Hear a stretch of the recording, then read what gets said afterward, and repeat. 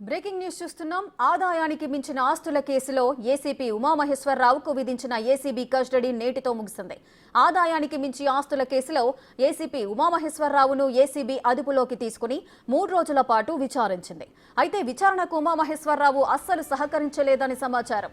ACB అడిగిన ప్రశ్నలకు ఉమామహేశ్వరరావు సమాధానాలు చెప్పలేదని, ఆయన ఇంట్లో దొరికిన నగదు, ల్యాండ్కి సంబంధించిన డాక్యుమెంట్లపై నోరు మెదపలేదని ఏసీబీ తెలుపుతోంది. చాలా కేసుల్లో డబ్బులు తీసుకున్న ఉమామహేశ్వరరావును పక్కా ఆధారాలతో అరెస్ట్ చేసింది ఏసీబీ.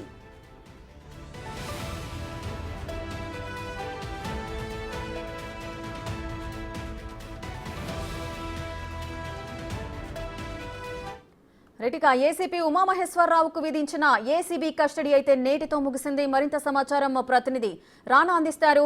రానా, ఈ కస్టడీలో ఏసీపీ ఉమామహేశ్వరరావు అయితే అధికారులకు అస్సలు సహకరించలేదని తెలుస్తోంది. మరి కస్టడీ ఇంకా పొడిగించే అవకాశాలున్నాయా?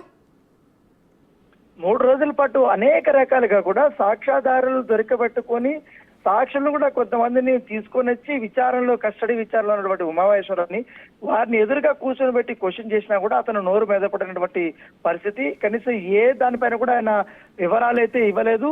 కొన్నిటికి మాత్రం ఇవి నాకు సంబంధించినటువంటి ఆస్తులే, నేను కొనుక్కున్నాను, డిపార్ట్మెంట్ లో వచ్చిన తర్వాత లోన్లు తీసుకున్నాననేది ఒకసారి చెప్తారు, తర్వాత వేరే వాళ్ళ దగ్గర అప్పు తీసుకుని ఇవి కొనుక్కున్నాననేది కూడా వారు చెప్పినట్టుగా తెలుస్తుంది. అయితే అప్పు తీర్చేంత స్థాయి లేనప్పుడు మీరు ఎలా చేస్తారు? గవర్నమెంట్ ఎంప్లాయీగా ఉన్నప్పుడు మీకు ఇన్ని కోట్లాది రూపాయల ఆస్తులు ఎలా వచ్చాయి? ఎందుకంటే ఇన్ని 17 ప్లేసెస్ లో మీకు ఎలా ఇవన్నీ కూడా స్థిరచర ఆస్తుల్ని మీరు కొనుగోలు చేశారు, విల్లాలు ఎలా కొనుగోలు చేశారనే దానిపై కూడా వారు క్వశ్చన్ చేసినప్పుడు కూడా అతను కూడా సమాధానం ఇవ్వనట్టుగా మనకు సమాచారం ఉంది. దాంతోపాటు ఆయన డైరీలో కానీ ల్యాప్టాప్ లో కానీ 3 డీసీపీల పేర్లు కూడా ఆయన రాసుకున్నట్టుగా మన సమాచారం ఉంది. సో వారి నుంచి కూడా పెద్ద ఎత్తున పెట్టుబడులు పెట్టించినట్టుగా తెలుస్తుంది. ఆ పెట్టుబడులు ఎక్కడెక్కడ పెట్టించారు, వారి యొక్క బినామీలు ఎవరు అంటారు కూడా ఫుల్ డీటెయిల్స్ ఉన్నప్పటికీ ఆ కోడ్స్ ఉండడం వల్ల వారు సరిగా ఐడెంటిఫై చేయలేకపోతున్నారు ఏసీబీ అధికారులు. దానిపైన కూడా పదే ఉమామహేశ్వరరావుని క్వశ్చన్ చేసినట్టుగా మనకు తెలుస్తుంది. ఆయన ఆన్సర్స్ అంతా కూడా దాటవేసే ధోరణిలోనే ఆయన చెప్పినట్టుగా తెలుస్తుంది. కాకపోతే కొంచెం గట్టిగా క్వశ్చన్ చేసినప్పుడు తను కూడా అదే రీతిలో కూడా చాలా గట్టిగానే సమాధానం చెప్పినట్టుగా ఎక్కడ కూడా సహకరించకుండా ఆయన మౌనమే వహించినట్టుగా మనకు సమాచారం అవుతుంది. సో ఈ 3 రోజులు కూడా కస్టడీ అనేది సరిపోలేదు కాబట్టి ఇప్పుడు ఆల్రెడీ కస్టడీ ముగిసినటువంటి నేపథ్యంలో కూడా జైలుకి ఆయన్ని తరలించారు.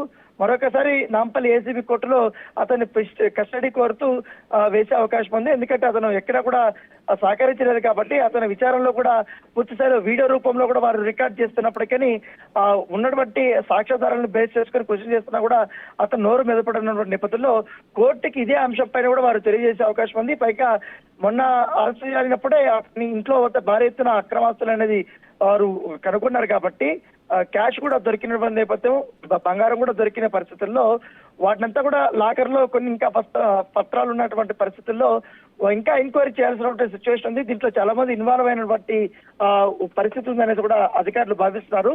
ఇదే అంశాన్ని కూడా కోర్టు దృష్టికి తీసుకెళ్లి మరొకసారి ఆయన్ని కస్టడీకి కోరుకునే అవకాశాలు ఉన్నట్టుగా మనకు సమాచారం ఉంటుంది. Right, thank you Rana.